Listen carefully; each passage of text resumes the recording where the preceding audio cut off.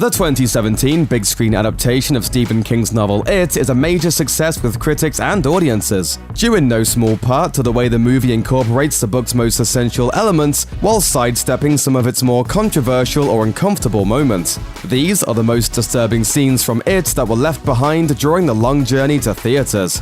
Patrick Hockstetter's cruelest act. In the movie, Patrick Hockstetter is hardly a central figure to the story. He's clearly a jerk, but not nearly as terrible as he was in the novel. Patrick is an exceptionally disturbed young man in the book, and few scenes show that more than when he suffocates his baby brother in his crib. Why was this cut for the movie? Maybe to save time and narrow the narrative focus, or maybe the filmmakers just had no interest in getting quite that dark. Patrick's death scene. In the 2017 movie, Patrick's death scene is entirely different than the way it goes down in the novel. He dies in the barren sewer drain while stalking the losers. On paper, however, Patrick's death is a little more disturbing. After he and Henry find themselves alone in the woods, Patrick makes a sexual advance on Henry, who ends up leaving, eventually. Left alone, Patrick is attacked by it in the form of swarming bugs, a death that matches his worst nightmare. Henry Bauer's home life. In the movie, Henry Bauer's father is portrayed as an alcoholic police officer who has no qualms about accosting his son in front of his friends. But aside from the gun scene, his cruelty is mostly hinted at. In the book, however, Henry's home life is a lot more messed up. Butch Bowers is a Marine veteran who's developed psychosis and is verbally and physically abusive to his family, including Henry. The only thing Henry seems to be able to do right by his father is act upon their shared racism against the Hanlon family. The Town Blaze. The 2017 It movie handles Mike's history in very obscure terms. We're told his parents died in a gruesome house fire, and that he'd seen them burn, which is why he's so haunted by the image of burnt hands reaching out from the meat store's alley entrance. He's shown as the bearer of some bad news about the town's history, courtesy of his grandfather, but for the most part, the role of the resident historian of the group is given to Ben Hanscom instead. The book goes into a lot more detail about Mike's pain. The notorious town fire referenced in the movie took place at a club called the Black Spot, and his dad was there the night it was burned down.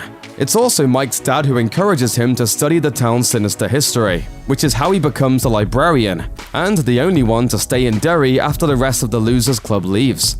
The death of Eddie Corcoran. Not only is Eddie Corcoran's story one of the most tragic subplots in the book, but he didn't even make it into the movie. A student at the same school as the Losers, Eddie's stepfather kills his little brother with a hammer, which leaves Eddie on the run for his life. He ends up in the Barrens where he encounters it, which takes the form of his recently deceased little brother, before turning into a gillman and decapitating Eddie.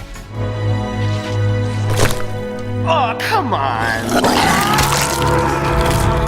Eddie's first encounter.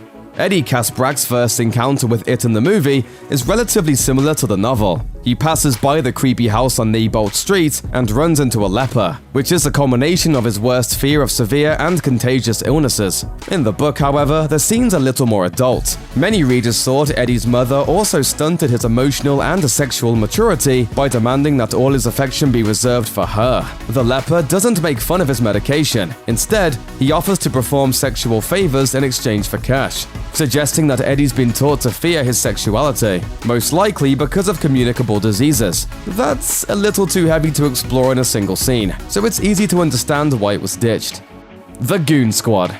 Henry Bowers is shown tumbling down the well to his possible death in the 2017 movie. And aside from Patrick, the rest of his bully crew seems to get out of the movie without getting hurt. In the book, however, they're all caught by it in the sewers after chasing the losers. Vic gets his head torn off by the creature, who appears as Frankenstein's monster, and Belch has his face ripped in half after trying to defend Henry. So yeah, it's all a lot more graphic in the book. The Ritual of Chud. The ending of it certainly simplified things when it came to the losers' first banishment of the beast. Once they rescue Beverly from a floating, comatose state, they are fearless against the creature. After they manage to injure it by striking its head, the monster slinks into the well and the killings stop. For now. In the book, however, there's a lot more to it, a whole lot. Bill Denborough uses an ancient technique called the Ritual of Chud, which takes him into the macroverse, where he encounters the universe's creator, a giant turtle named Maturin. The turtle informs him that he can only defeat it in a battle of wills, and Bill weakens it enough that the losers can make a physical attack. It's a much more supernatural and celestial process than what we see on screen. And if it is any indication, the forthcoming sequel may also bypass this bonkers aspect of the story altogether. The Smoke Hole.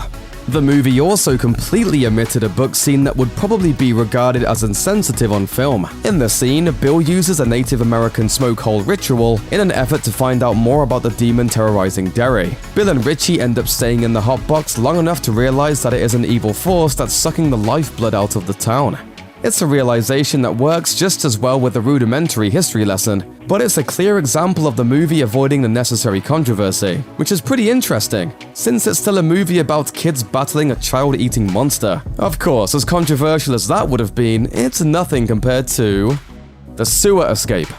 This is probably the most infamous scene that never made it from the book to the screen in any version. In the movie, the losers have no trouble exiting the sewer system after their battle with it. In the book, however, they find that they can't remember the way out. The solution? At Bev's own suggestion, all 6 of the boys have sex with Beverly Marsh in quick succession so they can be united again and find their way back to the Barrens. There's been a lot of debate about this scene from the book, whether this is belittling, abusive, or even empowering for Beverly. But even Stephen King himself has since walked back on its value to the story.